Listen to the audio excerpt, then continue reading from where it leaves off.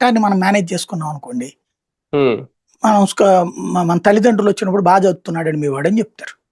ఉమ్, మా main exams లో మార్కులే తెలుస్తాయి. ఇప్పుడు ఎలాది ఉమ్, అంతే, ఇవన్నీ అధికారులు వేసే అవును. మార్కులు, లేకపోతే ఈ పై ఉమ్, మార్కులు. మెయిన్ ఎలక్షన్లే ఉమ్, అసలు రిజల్ట్. అది అవును. ఉమ్, ఈ లోపు మనకి మానసిక సంతృప్తి, మేమంతా ఉమ్, అద్భుతంగా ఉన్నాం, మేము బాగా చేసాం, ప్రజలందరూ ఉమ్, సంతోషంతో ఉన్నారని. ఎందుకు ఉమ్, సంతోషంగా ఉంటారు? బస్సుల్లో లేడీస్ సీట్లు నిండిపోయి జనాలు ఉమ్, మగాళ్ళు నుంచుని ప్రయాణిస్తుంటే సంతోషపడుతున్నారా? ఉమ్, సాటిస్ఫాక్షన్ 99% ఇస్తారు వాళ్ళు, 70% ఉమ్, ఇస్తారు వాళ్ళు.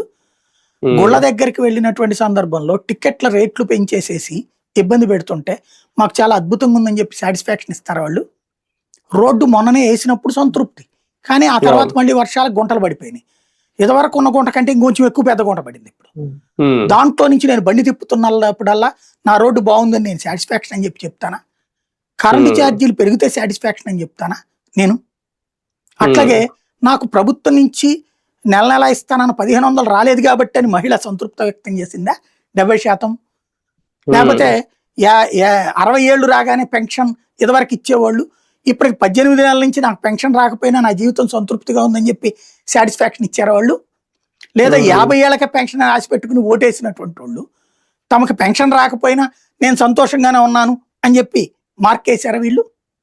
ఉమ్, ఏ పాయింట్లో సంతృప్తి స్థాయి ఉందట? అదే అంటే కదా. మార్కులు ఉమ్, వేస్తారు వాళ్ళు అంతే. ఉమ్, వీళ్ళు దాన్ని చూసుకుని 70 చంద్రబాబు గారికి 70 అంటే అనదు. 80 కొంతమంది కావాలి. ఉంటారు, కట్టర్ బ్యాచ్ ఉంటారు, అసలు వాళ్ళని చూస్తే మనకి తేళ్లు జర్రు బాగుతాయి అనమాట. ఉమ్, 70% ఆయనకి 70 అంటే అనదు సార్.